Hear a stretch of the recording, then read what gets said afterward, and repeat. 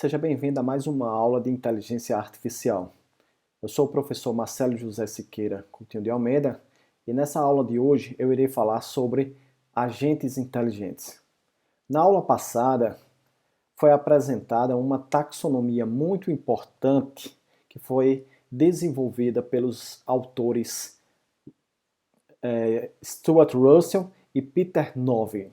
Eles são autores do livro mais utilizado no mundo de inteligência artificial. Nessa taxonomia, nós temos então 4 dimensões. Nós temos o pensamento e o comportamento. Por outro lado, nós temos também a fonte de inspiração ou o meio pelo qual o sistema inteligente se baseia. Pode ser através da racionalidade ou então inspirado no ser humano. Então, a partir da aula de hoje, nós iremos nos aprofundar no estudo dos sistemas que se comportam de forma racional, ou seja, nós vamos estudar os agentes racionais, também chamados de agentes inteligentes. O que seria então um agente inteligente? Nós podemos dizer, de forma bastante simplificada, que um agente inteligente é qualquer entidade, seja ela natural ou artificial, capaz de perceber, ou seja, capturar as informações a partir dos seus sensores, raciocinar, ou também chamado de deliberar, a partir dessas informações que chegam do meio externo por meio dos sensores, e em seguida agir por meio de atuadores ou efetuadores sobre o ambiente em que ele está inserido. Então sempre vai existir o mundo, que não é necessariamente o mundo inteiro em que nós vivemos, mas é o ambiente em que o agente ele vai estar inserido. Esse agente, então, ele vai ter esses 3 elementos básicos: sensores, estrutura ou mecanismo de decisão, raciocínio ou deliberação, e os atuadores ou efetuadores, que são os meios pelos quais os agentes vão transformar o resultado do processo de raciocínio em ações no mundo. Quais são os agentes que nós podemos encontrar no mundo? Que exemplos nós podemos ter? Então, nós temos uma infinidade de agentes inteligentes pelo mundo. Nós temos aí, primeiro exemplo, um inseto que é capaz de perceber, é capaz de raciocinar, mesmo que de uma forma muito restrita, mas ele, por exemplo, pode, diante de uma ameaça, escolher voar para um lugar onde se encontre seguro. Ele pode escolher uma presa, ele pode procurar o meio adequado para colocar os seus ovos e assim por diante. Em seguida eu tenho um robô, e é um robô quadrúpede, que se assemelha fisicamente a um cavalo, a um carneiro, ou pode ser mesmo um cachorro, e ele tem sensores, ele tem atuadores e ele tem uma capacidade de raciocínio para poder escolher os lugares por onde vai andar, os trajetos, ele vai definir uma rota. Em seguida eu tenho um veículo autônomo, e esse veículo ele toma decisões por si só, a partir de um conjunto de sensores, de câmeras, de laser, de sensores de choque, de frenagem, de velocidade.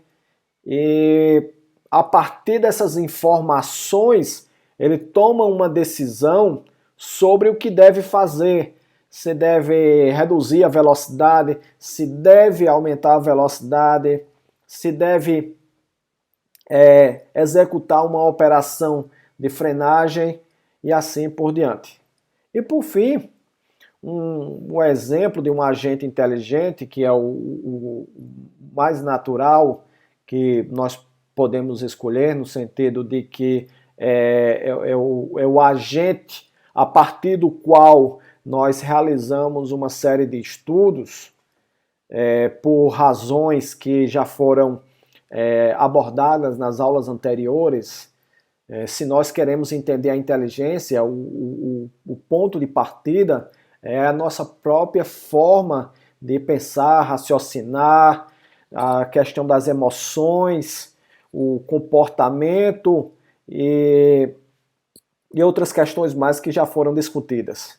Então, o ser humano, ele tem uma série de sensores espalhadas em todo o corpo, sensor de temperatura, sensor de choque, os olhos que recebem as informações, e nós recebemos essas informações e através principalmente do nosso cérebro, nós tomamos uma série de decisões.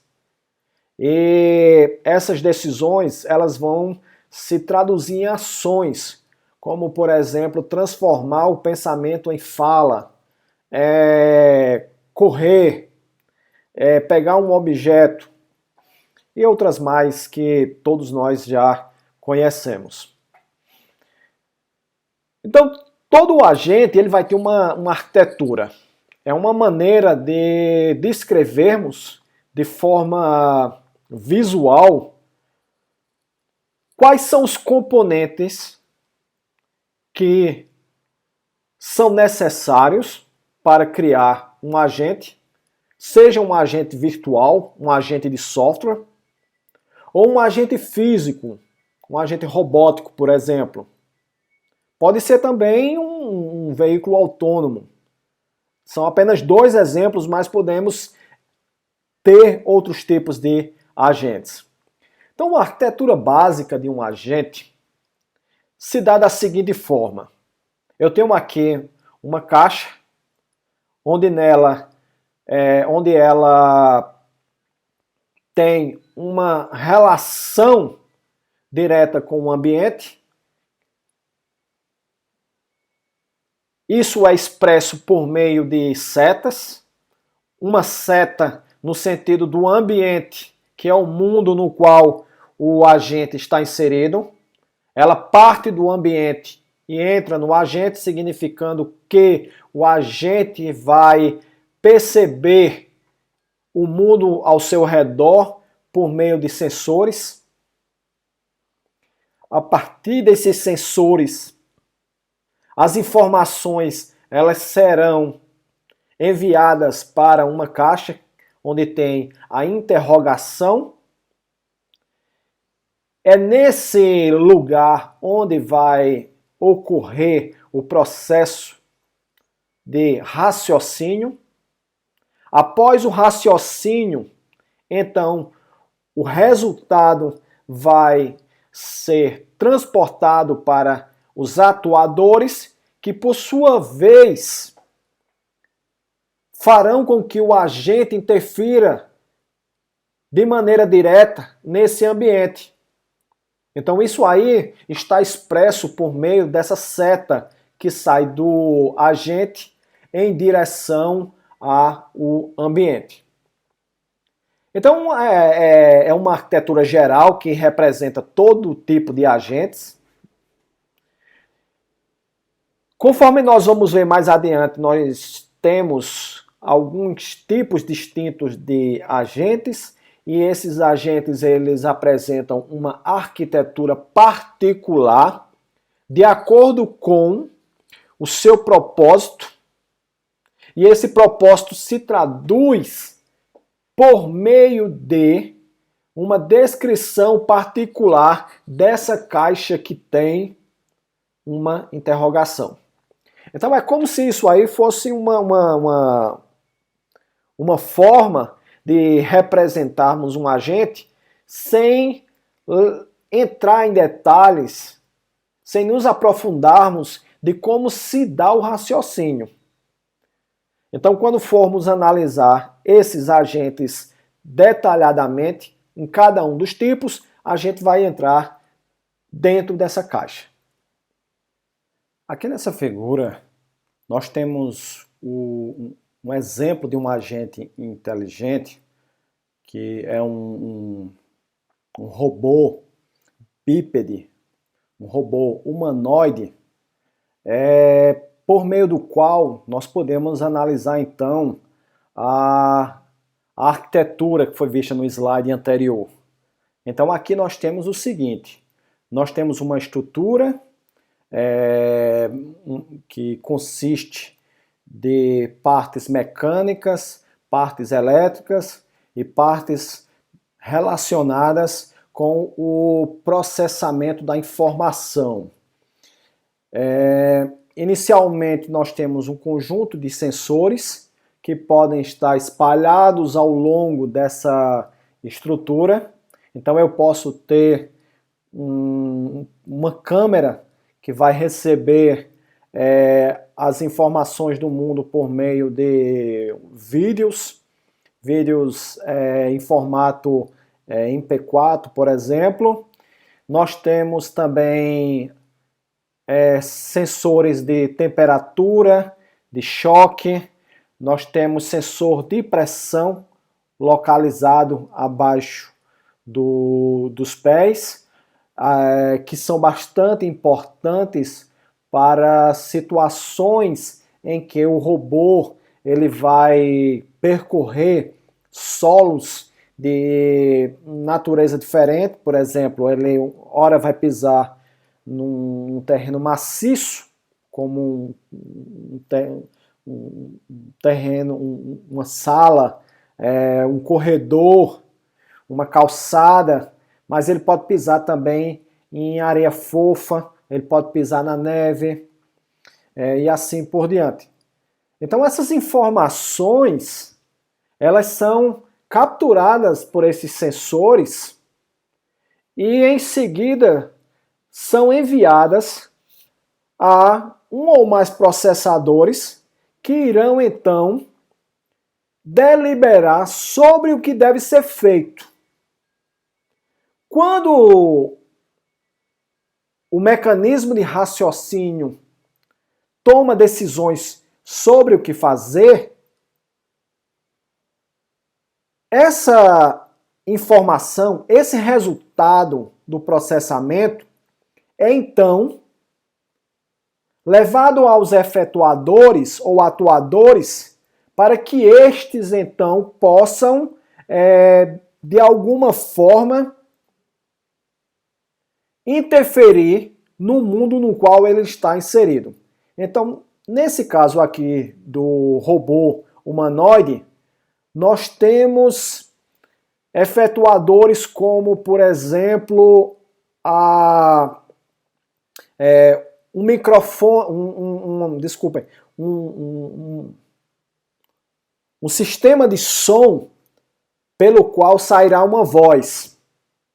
Então, o robô, ele deliberou, ele tomou a decisão de que seria necessário passar alguma mensagem para alguém que está ao seu redor.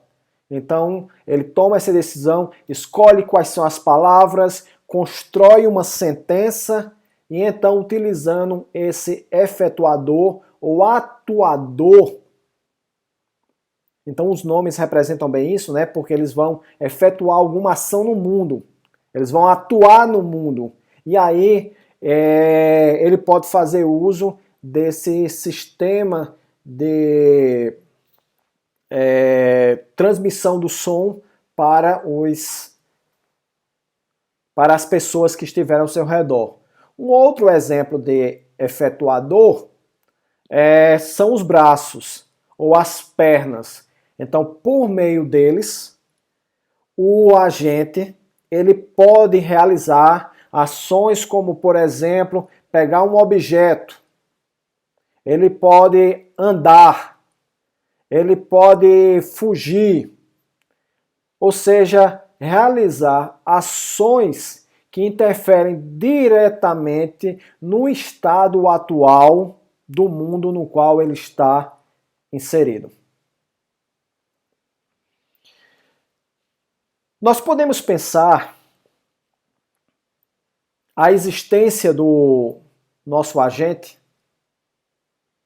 como sendo o seu comportamento. O que é que ele faz ao longo do tempo? O ciclo de percepção, pensamento ou raciocínio e ação, ao longo do tempo, descreve o seu comportamento. E esse comportamento, ele pode ser muito simples, como ele pode ser também muito complexo. Isso vai depender de uma série de questões. Vai depender do tipo de problema que eu tenho, vai depender do tipo de agente que eu tenho, depende das informações que eu tenho sobre o problema e assim por diante. Isso vai ficar mais claro ao longo dessa aula e também ao longo desse curso eu vou voltar a essa questão sempre que necessário para tornar isso mais claro. Por enquanto é algo bastante abstrato, mas aos poucos, através dos diversos conceitos que formos estudando e através de exemplos, isso vai se esclarecendo melhor. Então vamos pensar em um tipo de agente robótico que está se tornando bastante popular, que é o aspirador de pó. Então, esse aspirador de pó, ele percorre o ambiente. Quando ele se depara com algum tipo de sujeira, ele vai aspirar. Depois de um certo tempo, se a bateria estiver em um determinado nível de consumo, ele pode procurar a sua base. Ele vai identificar que existe um obstáculo à frente, ou então que existe um desnível. Então tudo vai depender do nível de inteligência que aquele robô possui. E isso aí, obviamente, vai interferir no preço do produto. Você pode ter robôs muito simples, que têm pouca inteligência, ou seja, poucas funcionalidades, poucas habilidades, e você pode ter, e esses robôs são mais acessíveis economicamente, e você então pode ter robôs mais caros que têm uma série de funcionalidades. Eu não estou querendo afirmar aqui que essa é a única característica que vai determinar o preço de um produto. Eu não vou entrar nesse mérito porque foge do escopo da nossa disciplina, mas também envolve questão de marketing. Estou falando isso porque pode ser que terminando essa aula, ou então você dê um pause e vá no site de alguma loja de e-commerce e você então vê o robô mais barato e você vê o robô mais caro e você diz, esse é o menos inteligente e esse é o mais inteligente. Não, não necessariamente. Vai depender de uma série de outros fatores, vai depender de mercado, de onde está localizada a loja, vai depender da política interna da empresa em relação à taxa de lucro, vai depender de marketing. Mas o que eu estou querendo dizer é que robôs que têm mais inteligência vão depender de uma quantidade maior de recursos computacionais, vai depender de mais investimento em pesquisa e desenvolvimento, vai envolver pessoas mais capacitadas para desenvolver o projeto, e tudo isso incorre em custo. Então, antes de detalharmos melhor esse exemplo, vamos pensar no seguinte. É um exemplo hipotético, é um exemplo só para entendermos como pode ser descrito o comportamento de um agente e quais são as limitações e os problemas com os quais nós vamos nos deparar mais adiante e quais são as técnicas que existem para resolver esses problemas. Então vamos imaginar que o nosso ambiente só tem dois espaços, um espaço A, um espaço B. Ele é bem definido, é um retângulo que é dividido em dois outros retângulos, e o agente ele só pode estar situado em um deles em um determinado instante de tempo. Então, ou ele está em A, ou ele está em B. Então, nós temos até então o seguinte: eu tenho um ambiente, esse ambiente é composto por dois subambientes, A e B. Eu tenho o meu agente e eu tenho agora a presença da sujeira. Vamos pensar em termos do agente primeiro.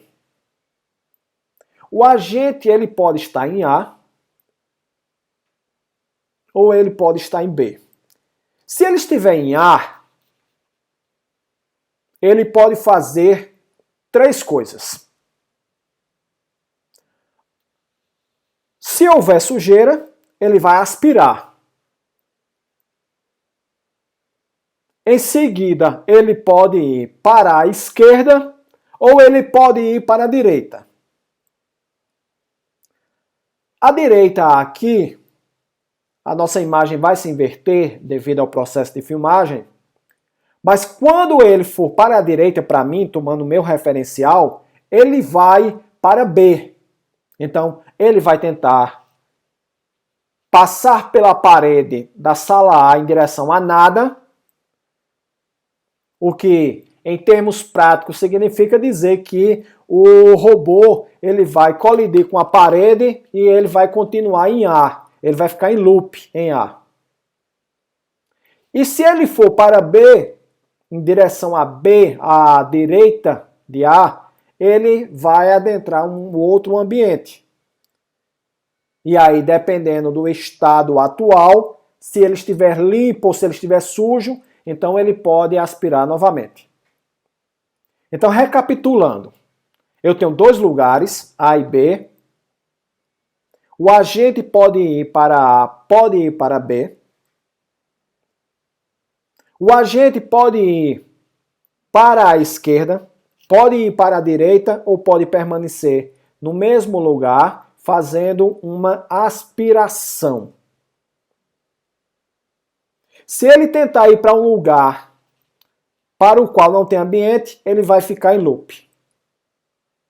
Pois bem, a partir desse conjunto de situações, nós podemos então descrever todo o comportamento desse agente por meio de um autômato ou de uma máquina de estados finito. Nós estamos falando aqui de agentes racionais. Então, o agente racional, ele tem como sua característica principal o fato de que seu comportamento ele é bem conhecido e ele segue um conjunto de estados dependendo das ações que vão sendo realizadas. E as ações elas vão sendo realizadas de acordo com a informação que eu tenho naquele momento. Então vamos analisar essas situações. Se eu estiver no ponto 1, começando por ele, se eu estiver numa situação em que o agente está na posição A ou no ambiente A e ele estiver limpo, ou seja, ele não vai aspirar. Se o agente ele é inteligente, não faria sentido ele tentar aspirar um ambiente limpo. Isso aí vai consumir mais energia do que o simples deslocamento de um lugar para o outro, de tal forma que esse agente se tornaria um maior consumidor de energia. Se for o tipo de robô que ele tem que se deslocar até um determinado lugar para fazer a sua recarga, ele teria que ir mais vezes até aquele ponto. Então nós precisamos otimizar o consumo de energia para que isso não ocorra com tanta frequência. Então vamos lá. Nós estamos em A, se estiver limpo, eu vou para a direita. Não faz sentido eu estar em A e tentar ir para a esquerda, porque não tem nada à esquerda. O robô ficaria preso. Se eu estiver em A e estiver sujo, o que é que eu vou fazer? Eu vou aspirar. Professor, mas o agente ele poderia estar em A e estando sujo, ele ir para a direita. Afinal, ele é inteligente. O ser humano ele é inteligente e ele pode fazer isso. Como nós estamos aqui analisando agentes racionais, onde há uma racionalidade, nós não estamos buscando aqui a complexidade da personalidade, do caráter do ser humano. Então nós não vamos nos preocupar com essa situação. Nós estamos aqui trabalhando sob uma perspectiva de IA fraca e nós estamos preocupados aqui em fazer com que o agente ele se comporte tal como um autômato finito, determinístico, por enquanto. Tá bem? Então, no caso, se tiver sujo, eu vou ter que limpar. Uma outra perspectiva também que vocês não podem perder de vista é que aqui nós estamos trabalhando a IA como sendo um produto de engenharia. Então não é a IA dentro de uma lógica humanística, dentro de uma lógica da psicologia que lida com a questão das emoções, ou mesmo da filosofia da mente.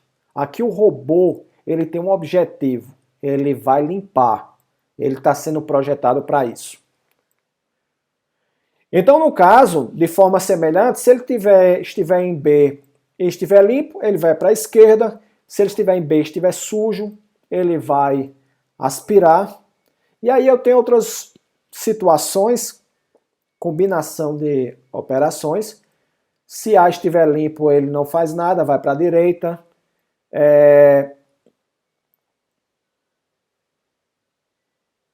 Tem uma repetição aqui que eu vou fazer uma correção, pessoal. Bom, nós chegamos então ao código. Como é que funciona o código desse agente, né? Então esse agente é o que nós chamamos de agente reativo ou agente reflexo.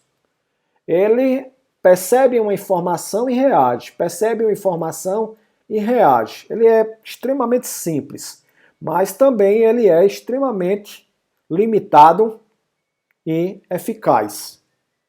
Tem sua importância dentro da inteligência artificial e nós vamos mais adiante estudá-los melhor. Então vamos pensar aqui como é que seria o código dele, o algoritmo. O algoritmo dele é se o status for igual a dirt, se for sujo, então ele vai aspirar aquela sujeira. Se não, se a localização for igual a A, então eu retorno e para a direita. Se não, se for B, então eu vou para a esquerda.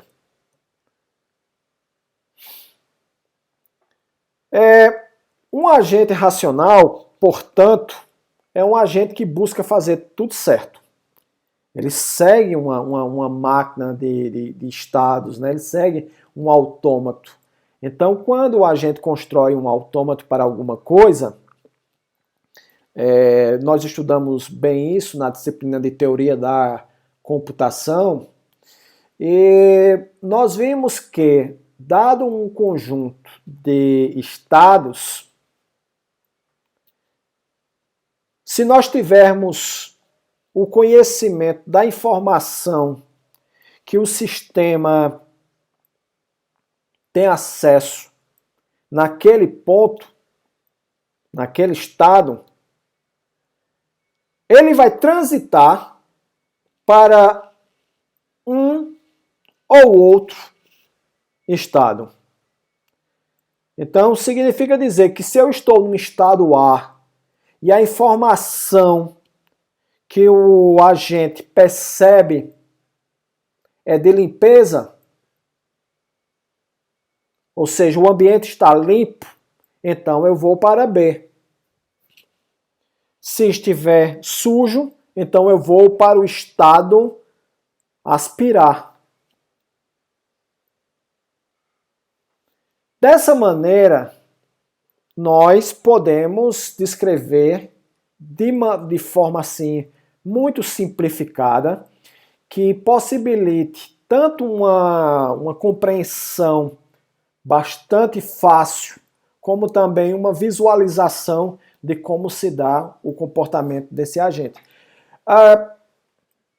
Qual é o problema dessa abordagem? O problema está relacionado com o fato de que, quando nos deparamos com situações complexas, e não precisa ser muito complexas, que envolvem muitas variáveis, muitos estados, com muitas formas de transição, esse agente ele se torna bastante limitado. Então, um agente racional ele vai operar a partir de uma sequência de ações. Então ele realiza uma sequência de ações bem conhecidas, previstas, e essas ações elas vão passar por um conjunto de estados, tal como uma máquina de estados finito, conforme eu já coloquei aqui. Então, se essa sequência de estados ela for desejável, se ela atende de forma o mais próximo possível do ótimo, um valor para uma medida de desempenho, então o agente ele teve um bom desempenho. Então eu tenho um automóvel e eu quero fazer com que o automóvel saia de um ponto A na cidade e chegue num ponto Z. Entre esses dois pontos eu tenho todos os pontos que eu vou caracterizar com as letras do alfabeto. Então, no caso, eu tenho que escolher, utilizando, por exemplo, a medida de desempenho aqui de tempo, aquela sequência que me leve mais rapidamente àquele ponto. Então, a racionalidade ela vai depender de 4 fatores. O primeiro é a medida de desempenho. O segundo é o conhecimento sobre o ambiente. O terceiro, as ações que o agente deve executar. E quarto, a sequência de percepções do agente. Então eu percebo, delibero, ajo. Percebo, delibero, ajo. Então essa sequência de percepções vai engatilhar o comportamento do agente junto com as ações. Entre uma coisa e outra, entre a percepção e a ação, eu tenho algo no meio. Esse algo se chama o quê? Se chama o processo. deliberativo, a deliberação, o raciocínio, a tomada de decisão. Mas eu não posso, dentro de uma perspectiva de agente racional, falar simplesmente em, a partir de uma entrada E, obter uma ação A. Eu tenho que escolher aquela que maximize o meu desempenho. E eu só posso falar em maximização de desempenho se eu tiver alguma métrica ou se eu tiver algumas métricas. Então nós vamos falar sobre isso mais adiante. O que seria uma medida de desempenho, né? Pelos exemplos que eu venho já apresentando, já dá para ter uma ideia do que o que pode ser uma medida de desempenho. Medida de desempenho, de forma assim, bastante direta e simplificada, é uma medida ou uma variável por meio da qual nós vamos definir o critério de sucesso do agente. Nós só podemos saber se aquele agente atende ou não ao esperado se nós projetarmos para ele alguma medida de desempenho. Muitas vezes, ou na verdade quase sempre, essa medida de desempenho ela está presente na definição do problema. Ela não é algo que o projetista escolhe. Ele pode até adicionar suas próprias medidas de desempenho, mas o problema em si já vai trazer essa questão e o projetista vai ter que trabalhar em cima dela. Eu vou detalhar mais adiante sobre isso, isso vai ficar mais claro. Então permite avaliar se a sequência de estados que esse agente está escolhendo, ela é uma boa escolha. Então no caso do exemplo que eu escolhi anteriormente, em que o agente ele sai de um ponto A e chega a um ponto Z, então quando nós estamos trabalhando na perspectiva da racionalidade, quando nós pensamos em fator de utilização, que é outro conceito que nós vamos estudar mais adiante, eu tenho que observar uma série de métricas. Por exemplo, se o recurso que alimenta o meu agente, ele é um recurso caro, ele é uma bateria, gasolina, no caso de um automóvel autônomo, o meu algoritmo de tomada de decisão sobre a respeito das rotas não deve conduzir simplesmente o agente A por qualquer rota para chegar ao ponto Z. Mas ele deve escolher a rota mais econômica. E aí a rota mais econômica, naturalmente, por uma questão até de intuição, deve ser aquela mais curta. Mas aí tem outros pontos que devem ser levados em consideração também.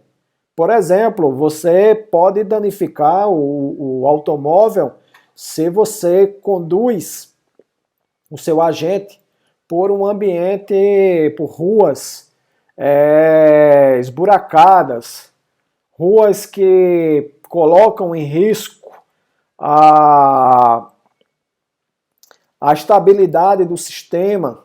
Então é preciso levar isso também em consideração.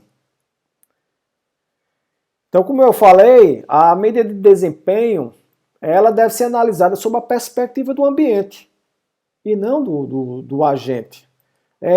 Para antecipar um pouco isso, para ficar um pouco mais claro, para não ficar o suspense em termos desse conceito, quem vai projetar robôs ou agentes de software que vão atuar na Robocup, ou seja, robôs que jogam futebol, tem que levar em consideração que a medida de desempenho é basicamente a quantidade de gols que consegue fazer. Não é o projetista que escolhe essa métrica. Como é que eu avalio se uma equipe é melhor do que outra?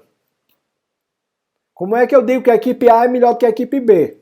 Bom, quem entende e conhece o mínimo de futebol sabe que, independente das habilidades que o agente possa ter, o fato de conseguir converter as ações em gols é uma maneira de responder a essa pergunta.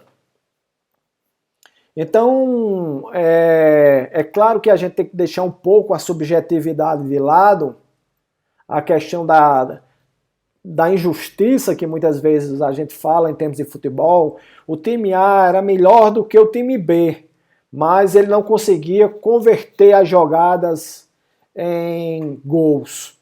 Bom, vamos deixar um pouco isso de lado, sermos mais objetivos e racionais, e aqui, melhor equipe é aquela que faz mais gols.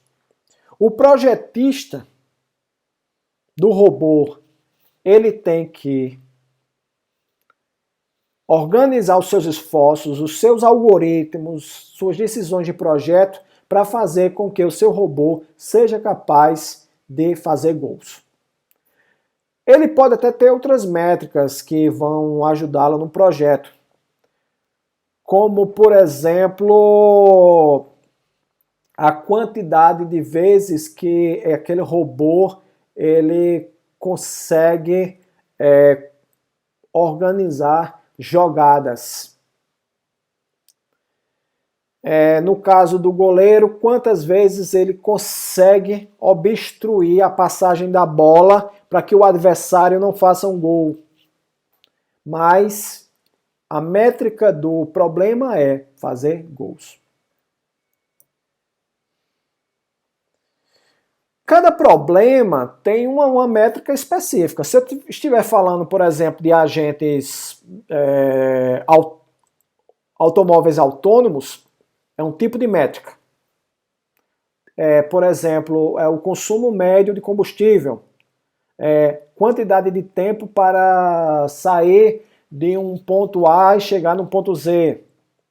Quando eu estou falando de um agente robótico para jogar futebol, a métrica vai ser fazer gols. Você pode ter outras métricas, mas vai ser fazer gol. Então eu não posso usar a métrica de um problema em um outro problema.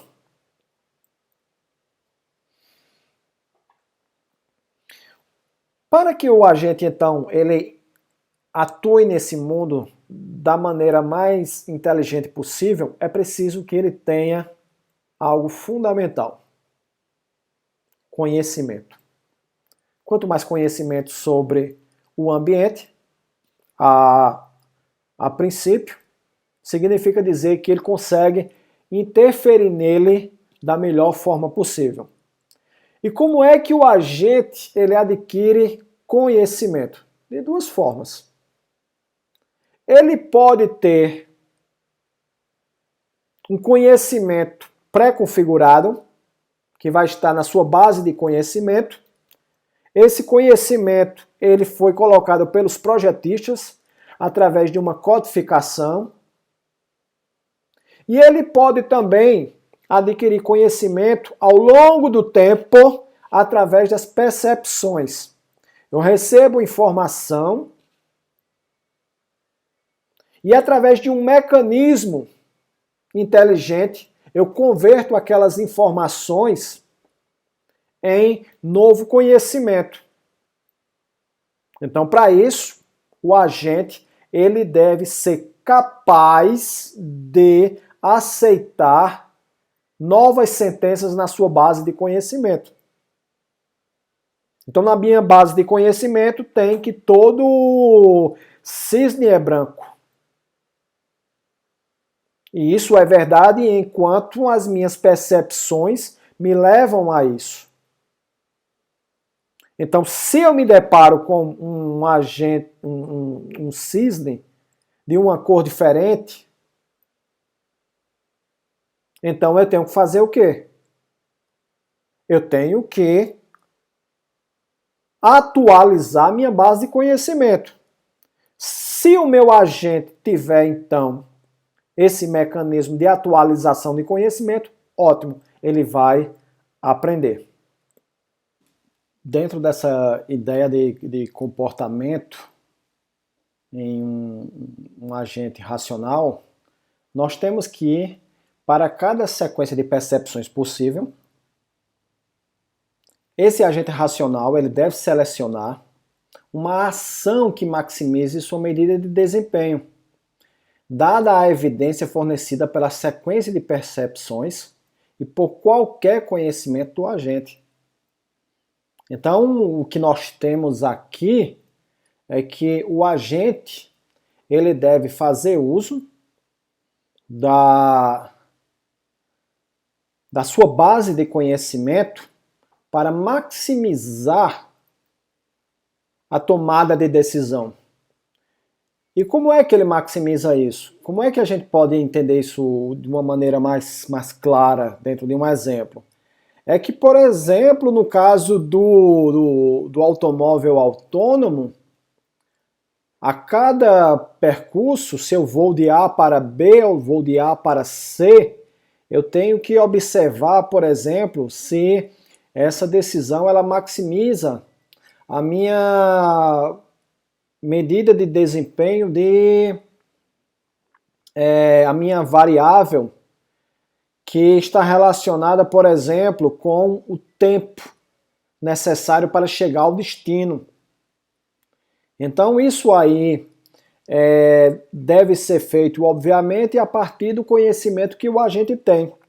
Isso vai ficar mais claro, essas peças elas vão começar a se encaixar melhor quando eu estiver falando sobre os diferentes tipos de agentes. Então é importante termos em mente que racionalidade não é o mesmo que perfeição.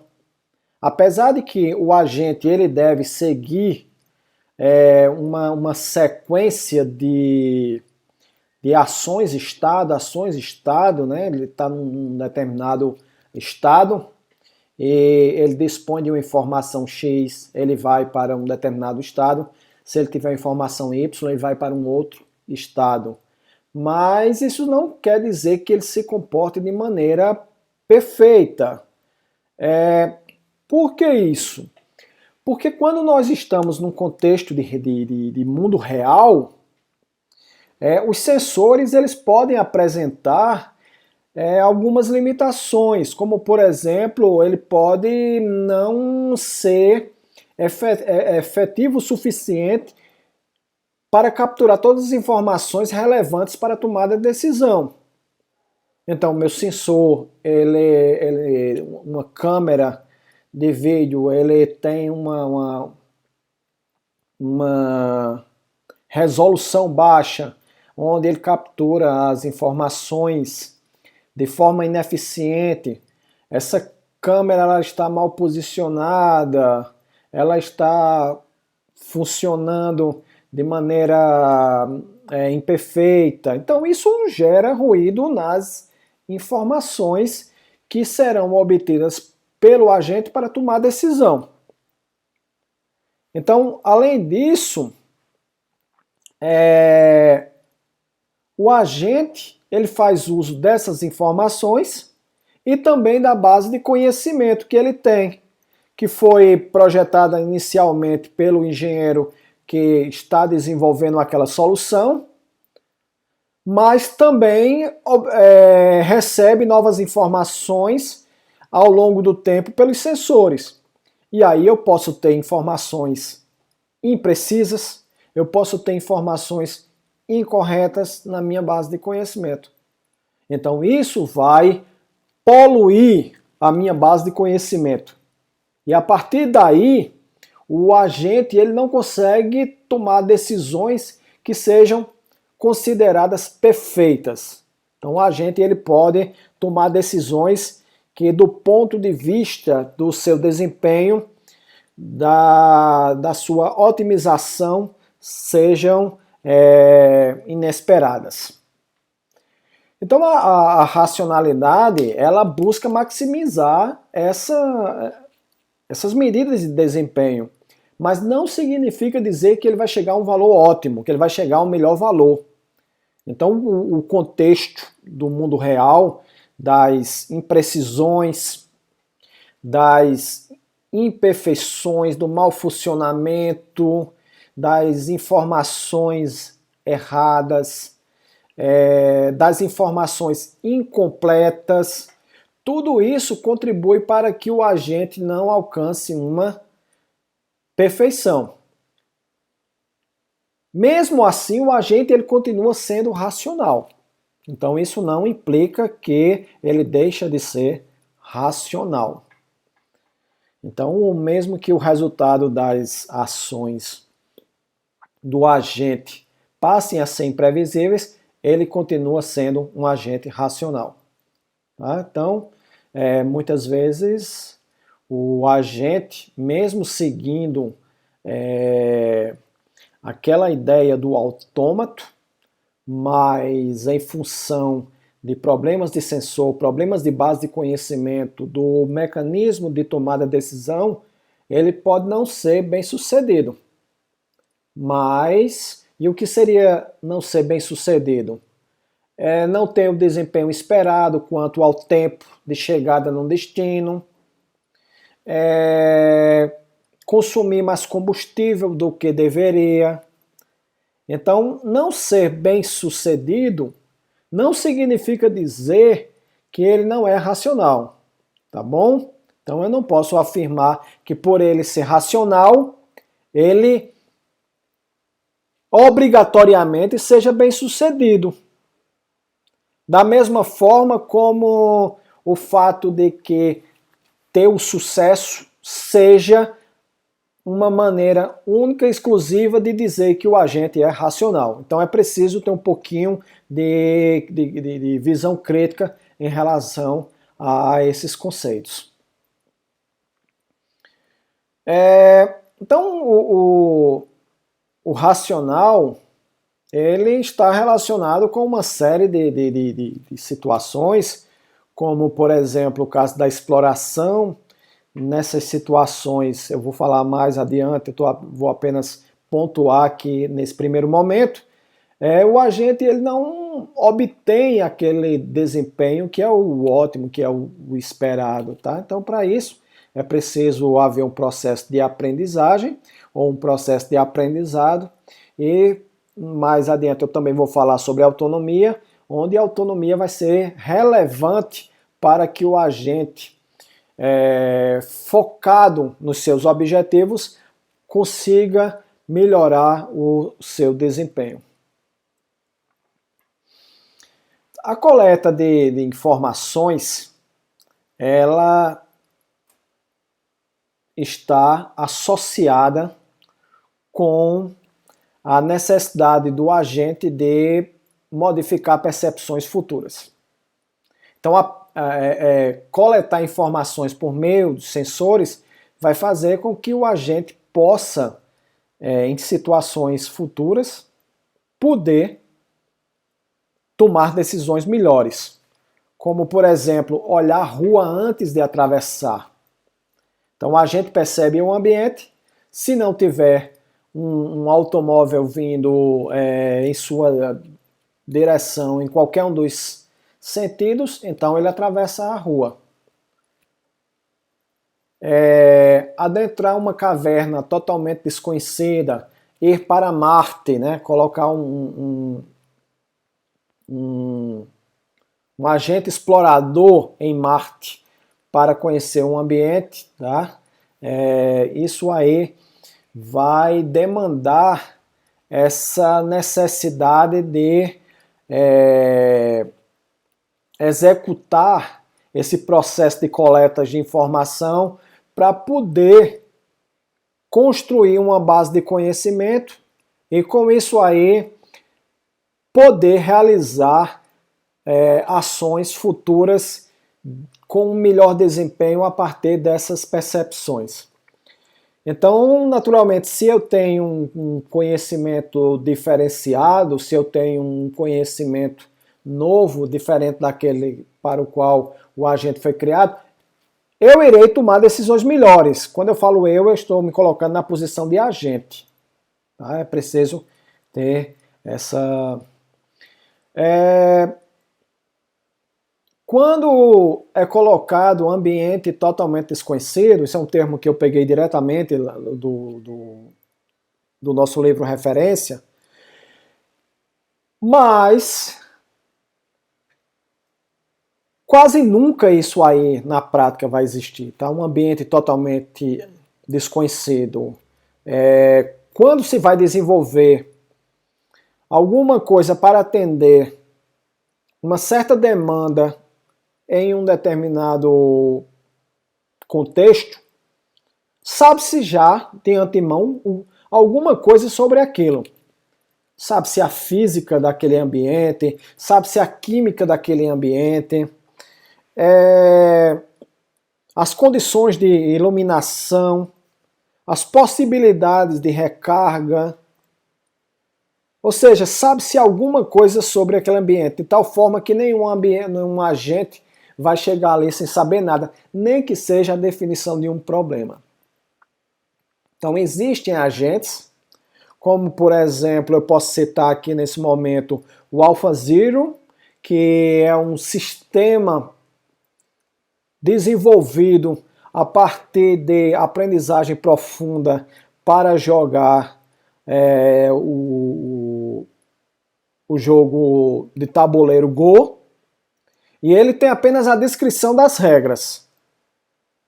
Isso é diferente de outras soluções que, além disso, têm em sua base de conhecimento ou na sua base de dados, vou separar um pouquinho aqui, experiências passadas de jogadores. Então ele foi treinado com uma quantidade muito grande de jogadas, de jogos que já foram feitos ao longo das décadas. E ele foi treinado utilizando aquilo ali. Então não, eu estou falando de um sistema que só tem o conhecimento do problema e ele vai aprender ao longo do tempo. Utilizando, por exemplo, técnicas de aprendizagem por reforço. Então ele aprende a jogar a partir do conhecimento das regras, mas ele sabe alguma coisa, ele tem que ter alguma coisa, ele não parte do zero. Então a coleta de informações, né, ou seja, essa coisa de adquirir a informação por si só não garante o aprendizado. Vamos fazer a seguinte analogia. Uma pessoa apenas observando o mundo, apenas olhando o mundo, claro, esse exemplo é impossível na prática, porque o nosso sistema visual ele está atrelado ao nosso sistema de processamento de informações, ao cérebro, ele está interligado. Então é impossível você apenas ver. O ato de ver está associado diretamente a uma série de neurônios para diversas finalidades, tá? Que irão processar aquela informação e extrair conhecimento. Mas no caso de agentes, não é pelo fato de que ele consegue perceber o mundo que ele vai aprender. Então,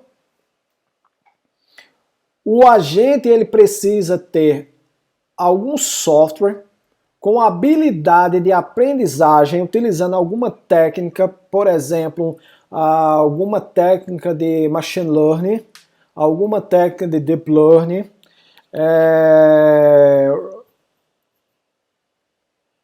e com isso aí, ele vai poder, a partir dessa informação que está chegando, ele aprender.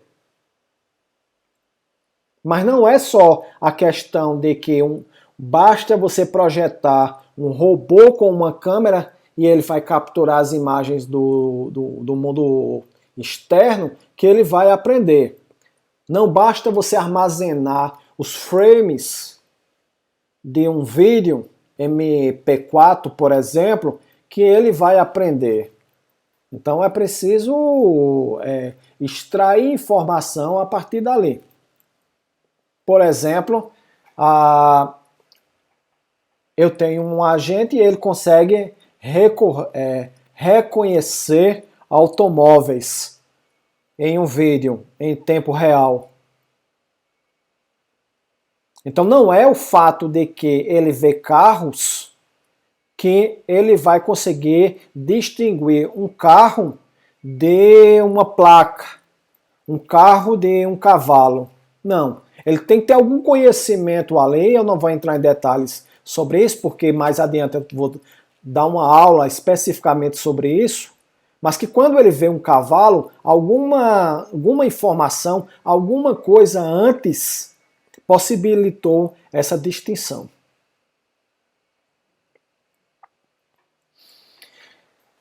Uma das questões mais importantes quando nós estamos falando de agentes racionais diz respeito à autonomia. Então, um agente racional, ele é dito autônomo se ele tiver capacidade de tomar decisões a partir de seu conhecimento e de suas percepções. Vamos fazer uma distinção aqui entre um software qualquer, uma classe que você fez lá em Java, e você dá o nome dessa classe de automóvel. E essa classe tem seus métodos, tem, além de seus construtores e de seus acessadores e modificadores, tem alguns métodos chamados dirigir, modificar, entrar à esquerda, entrar à direita, etc.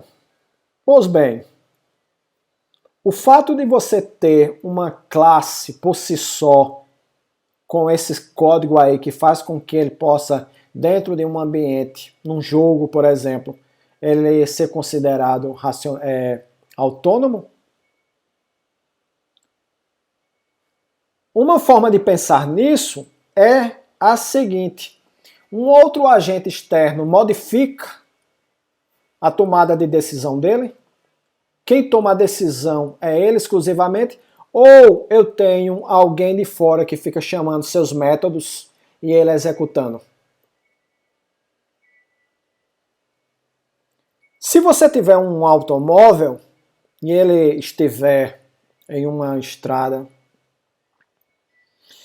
e ele estiver em modo autônomo, todas as decisões dele vão ser tomadas a partir dos sensores. Câmeras de vídeo, GPS, sistemas de laser e outros mais. O agente humano, naquele momento, ele não controla mais o automóvel. Mesmo se o motorista decidir tomar a direção, frear, fazer alguma coisa que vá de encontro à decisão do automóvel, ele deve primeiro retirar o automóvel do modo autônomo para que ele então possa ser o responsável pela tomada de decisão.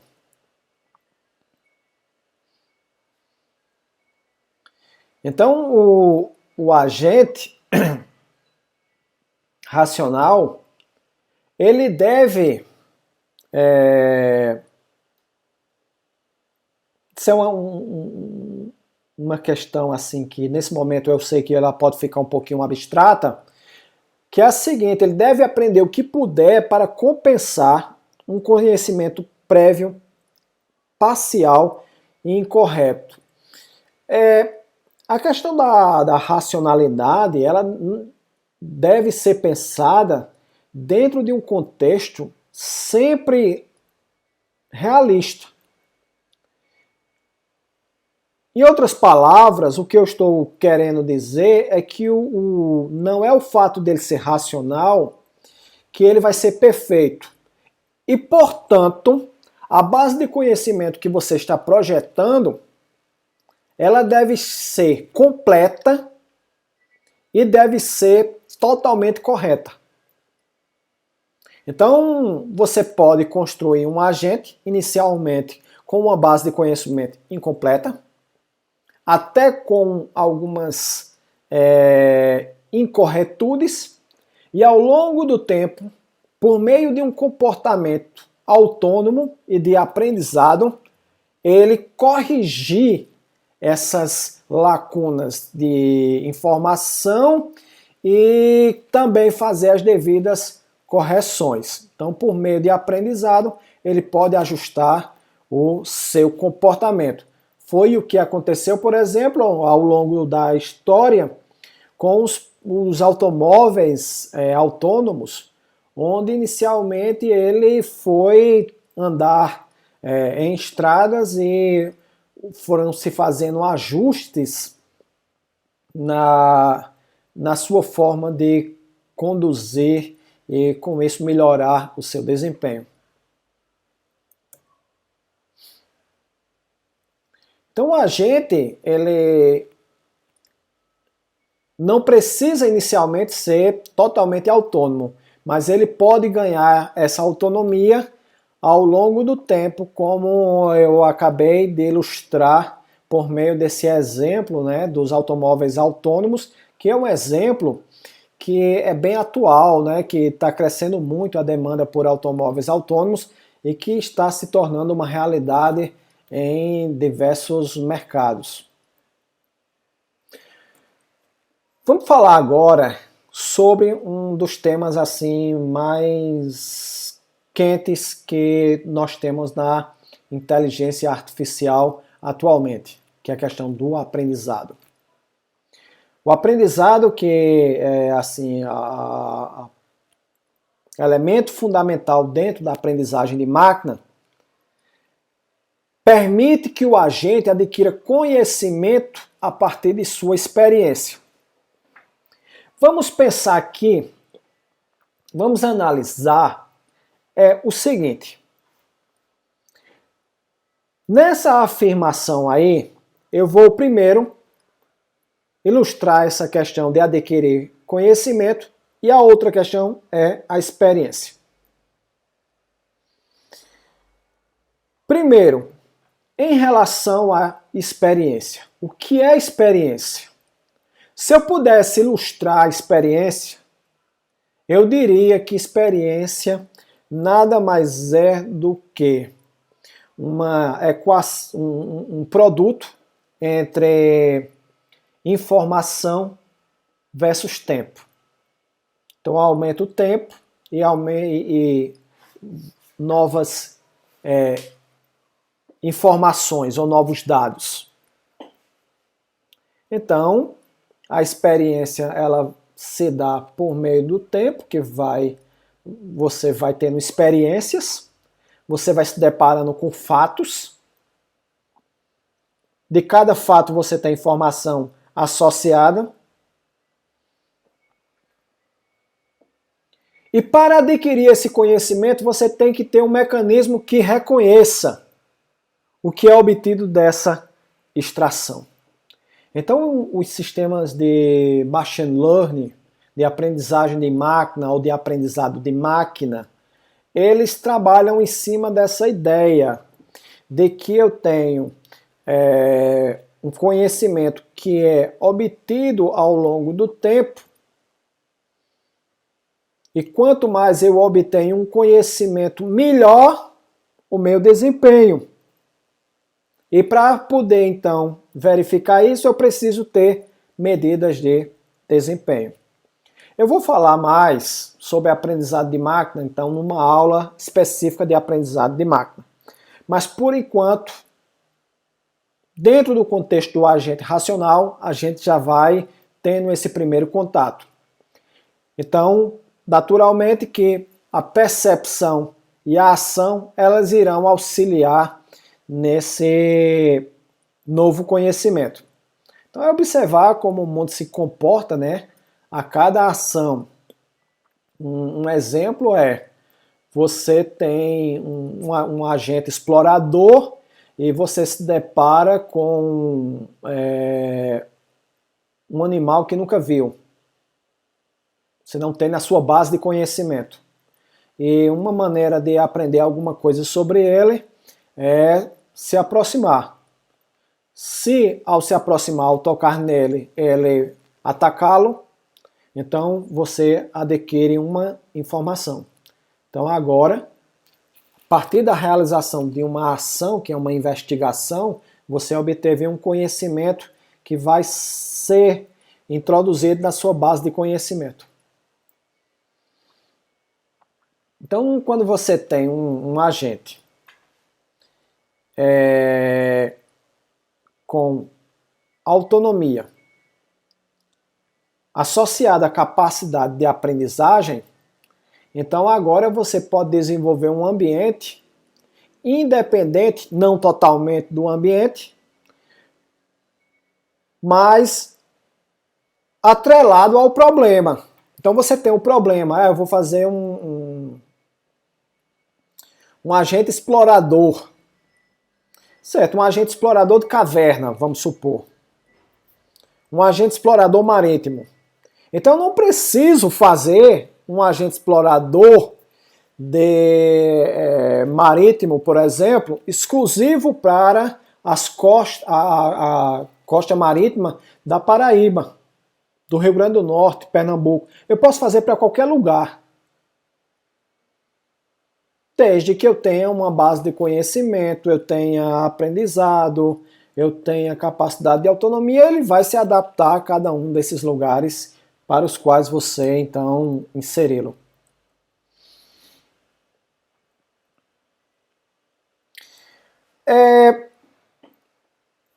Por fim, para finalizar essa aula sobre agentes,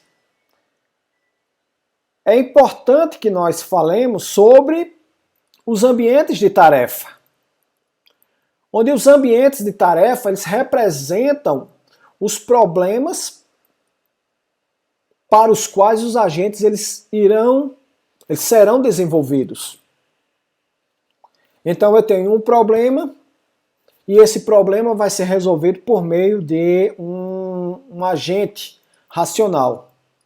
Então eu vou caracterizar esse agente por meio de um conjunto de atributos. E uma vez tendo essa caracterização, fica melhor desenvolver a nossa solução. Então, a forma como um ambiente de tarefa ele é descrito afeta diretamente o nosso projeto, conforme nós vamos ver mais adiante. Então, um ambiente de tarefa ele é descrito basicamente por esses elementos. O primeiro é a medida de desempenho, o segundo é o ambiente, o terceiro é o atuador e o quarto é o sensor. Vamos analisar alguns exemplos para que isso então fique mais claro. Vamos pegar um problema de desenvolver um táxi inteligente. Então você entra dentro desse táxi, você fala o destino para um sistema de captação de voz, que vai ser a entrada do agente. O agente vai receber então aquela posição, vai converter num geoposicionamento, vai identificar onde é que se encontra na região e então vai ser guiado de forma autônoma até chegar ao destino. Pois bem, vamos caracterizar esse problema. Primeiro, o tipo de agente que nós temos é um motorista de táxi inteligente, é um automóvel autônomo.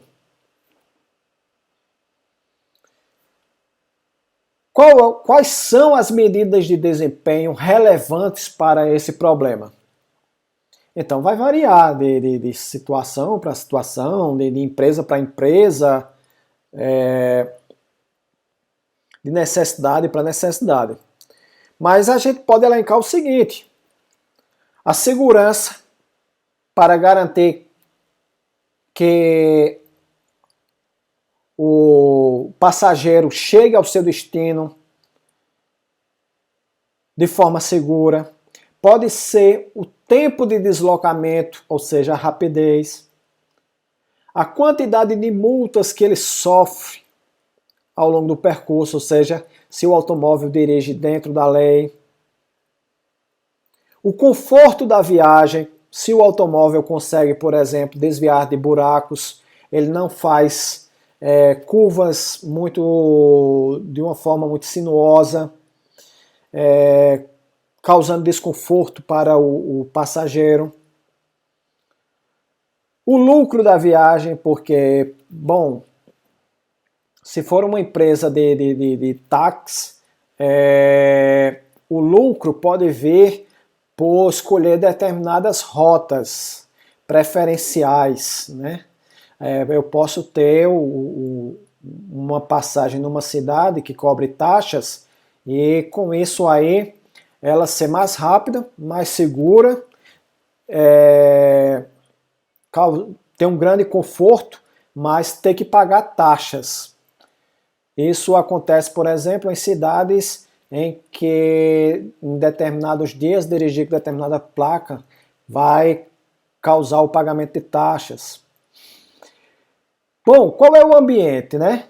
O ambiente pode ser as ruas da cidade, pontes, vielas e assim por diante. Qual é o atuador desse sistema?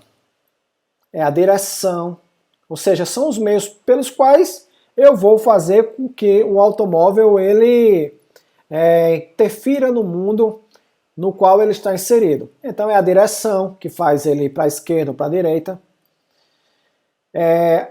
O controle da direção aqui, deve-se ressaltar, ele é interno, tá? Ele gira tudo mais, mas é um mecanismo interno, inteligente, que vai fazer com que vá à esquerda, vá à direita, siga direto.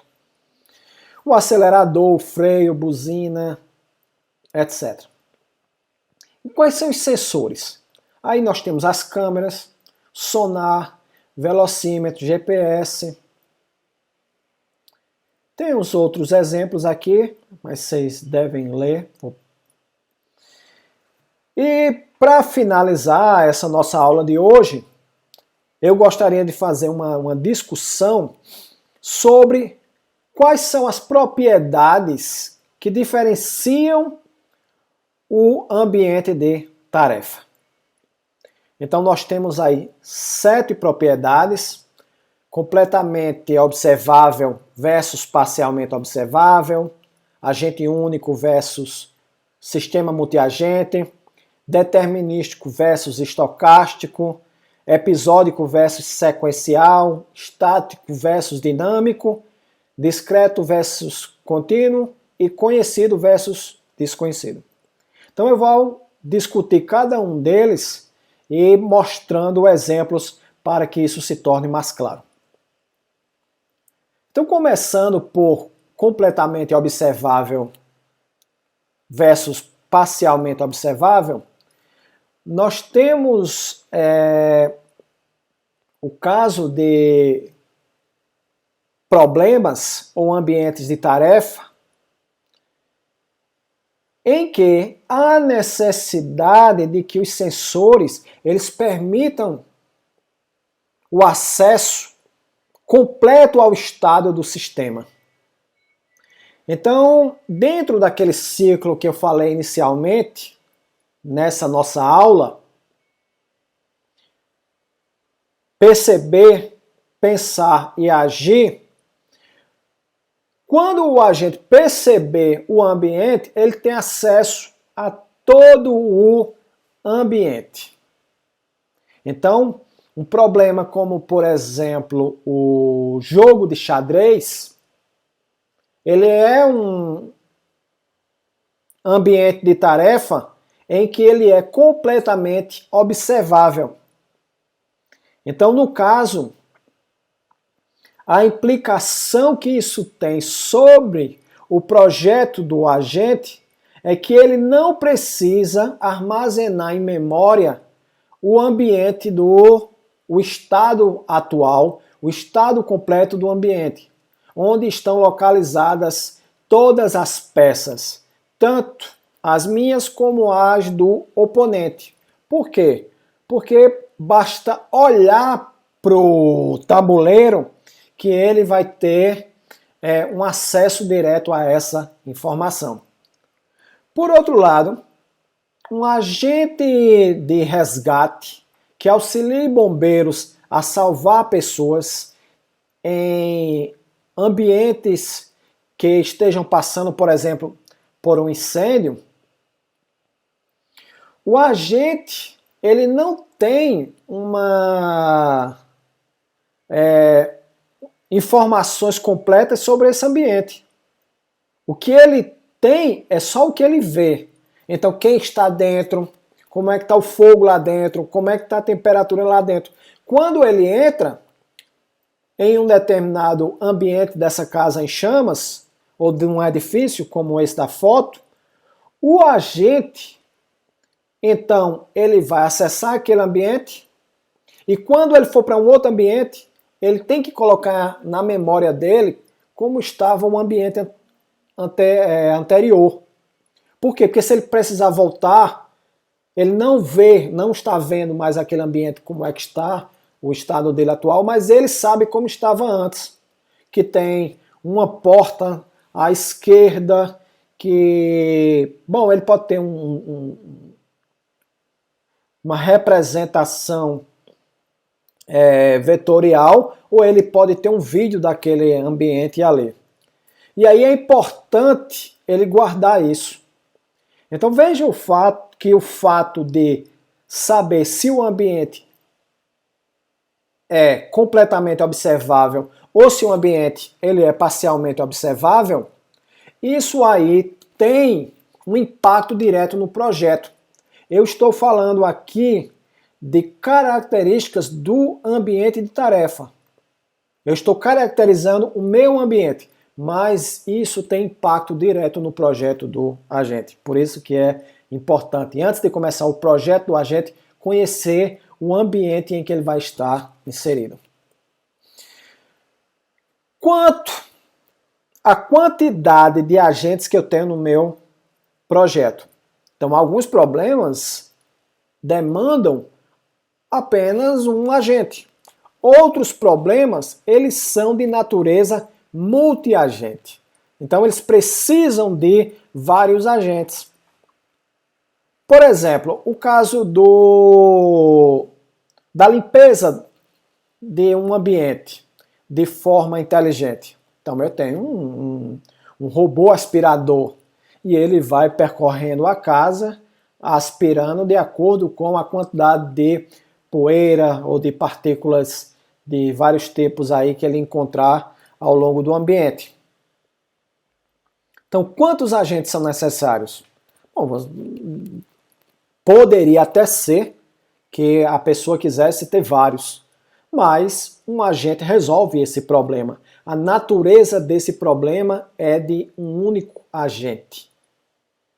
Quando nós estamos falando, por exemplo, do futebol de robôs, a Copa RoboCup, é o típico problema onde para fazer um gol, esse problema ele está fracionado entre diversos robôs distintos, entre vários agentes robóticos distintos. E aí o que acontece? O fato de que eu tenho um problema que é resolvido por vários robôs distintos, isso tem uma implicação na maneira como eu vou projetar o meu ambiente. Se eu tenho um único agente, ele por si só resolve. Se o meu problema demanda vários agentes, então eu tenho que levar em consideração agora como é que esses agentes eles se organizam para resolver o problema. Porque nesse caso aí pode ser que juntar mais agentes possa causar problemas na solução do problema. E aí nós temos questões que envolvem a comunicação, tem problemas que envolvem a negociação de objetivos e de recursos. E também temos a questão da cooperação e da competição. No caso dos robôs da Copa RoboCup, o que acontece é que Quando eu tenho a minha equipe, eles devem cooperar entre si. E a inteligência deles deve levar em consideração a habilidade de comunicação, a habilidade de negociação, a habilidade de conseguir elaborar jogadas. E ao mesmo tempo, eu tenho os outros agentes que estão competindo contra mim. E eu tenho que ter uma inteligência capaz de conseguir driblá-los. Eu tenho que ser capaz de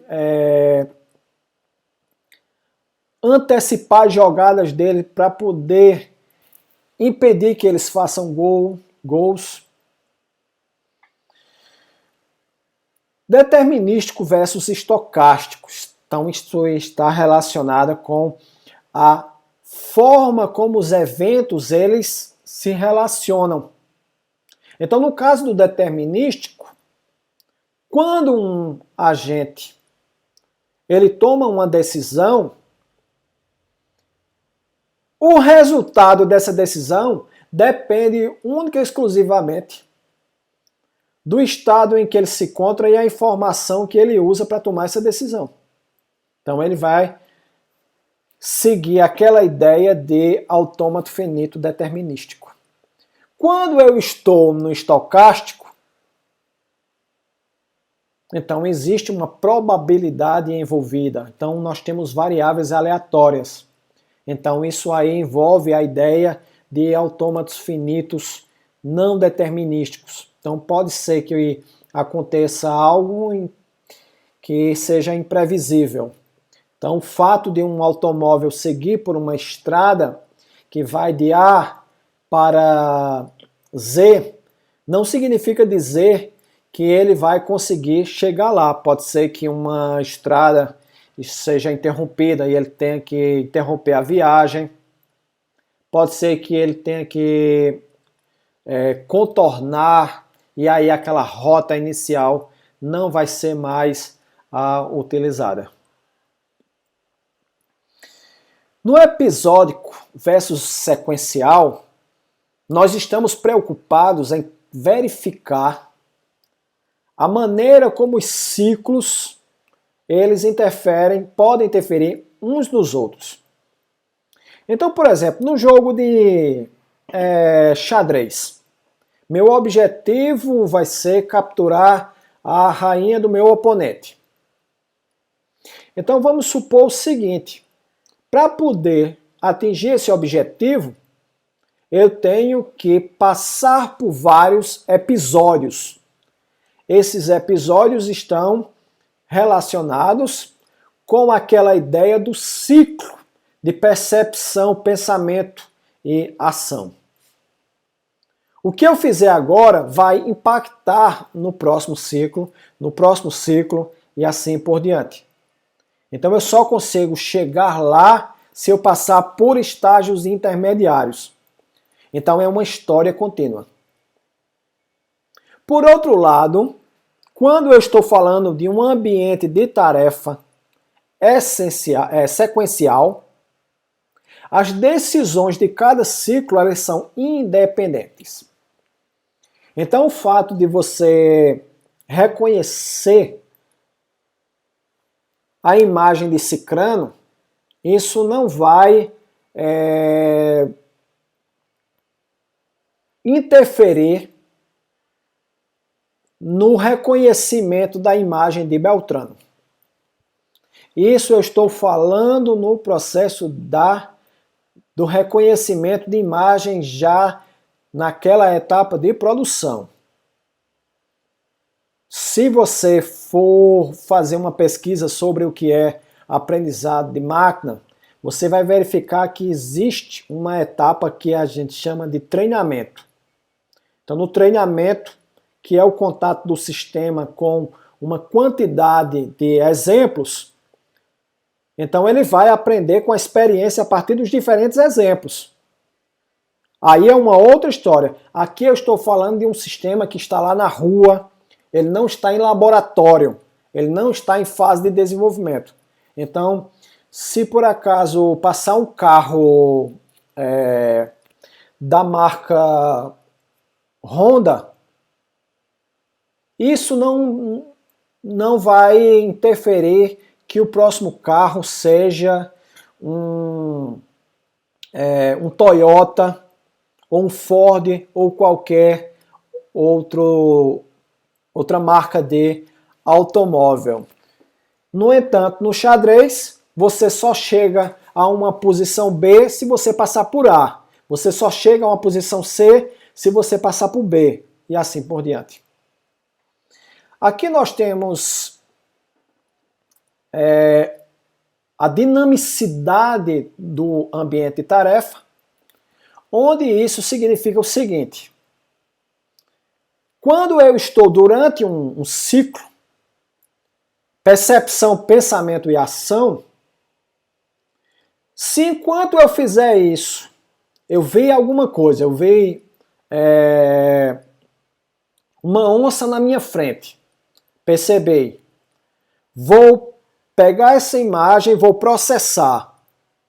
Aí eu vou analisar dentro da minha base de conhecimento o que é uma onça, se a onça ela é um animal que pode me causar algum dano à minha estrutura física.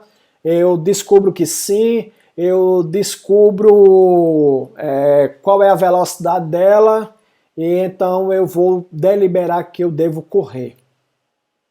Enquanto isso tudo processa, e aí é um tempo ínfimo, pode ser que a onça permaneça lá até o início do próximo ciclo. Quando o mundo está organizado dessa forma, então nós dizemos que o ambiente de tarefa ele é estático. No entanto, se na hora que eu vejo aquela onça, eu capturo aquela informação e eu vou processar, a onça já não está mais lá, a onça já, por exemplo, foi em outra direção ou vem em minha direção, então aquela minha decisão já não mais é importante para o estado atual do mundo. Discreto versus contínuo. Aí descreve como o tempo é controlado no ambiente de tarefa. Então, no caso, quando eu estou no xadrez, o tempo ele é discreto. Isso significa dizer o quê? Que existem ciclos muito bem definidos que você pode discretizar, que você pode marcar com quantidades inteiras, onde vai ocorrer o processo de percepção, pensamento e ação. Quando nós estamos no contínuo, não. O tempo ele segue o fluxo. Então você não quebra. Mesmo que ali você tenha ciclos de percepção, mas o processo ele é mais complexo e podem haver inclusive mais de um ciclo acontecendo ao mesmo tempo para um mesmo agente, né? Então o tempo ele não é mais assim tão separado. O desconhecido e o desconhecido, eu já falei sobre isso em alguns exemplos, onde no caso do desconhecido, o agente ele não possui informações sobre o ambiente. Então, o agente ele desconhece as regras do sistema, e aí pode ser, como eu falei, a física do sistema. O que acontece se, por exemplo, eu colocar o pé sobre aquele solo, se eu tentar levantar uma rocha e outras questões mais. Por outro lado, no caso do xadrez, você tem um conhecimento completo sobre tudo, né? Para fins de compreensão, de aprendizagem, todos esses ambientes eles são bastante úteis, bastante importantes. No entanto, quando nós vamos para o mundo real, pessoal, é muito importante que as coisas não são assim tão separadas, tá? Geralmente elas são... a fronteira não é muito bem definida entre o conhecido e o desconhecido. Então, quando se vai, a NASA vai mandar uma missão para Marte, ela já sabe alguma coisa. Quando se vai jogar uma partida de xadrez, você sabe tudo sobre o tabuleiro. Você sabe tudo sobre as peças, mas você não sabe sobre o seu oponente. Então, é preciso saber que essas são questões muito bem controladas dentro dessa questão do ambiente acadêmico que nós estamos aprendendo, mas no mundo real vai ser um pouquinho diferente. Então eu espero que você possa ter expandido um pouco mais o seu conhecimento sobre o conceito de agentes racionais, e a partir da próxima aula nós vamos começar a estudar como os agentes resolvem determinados problemas. Que técnicas são empregadas, por exemplo, para que um automóvel saia de um determinado ponto e chegue em um outro. Muito obrigado e a gente se vê.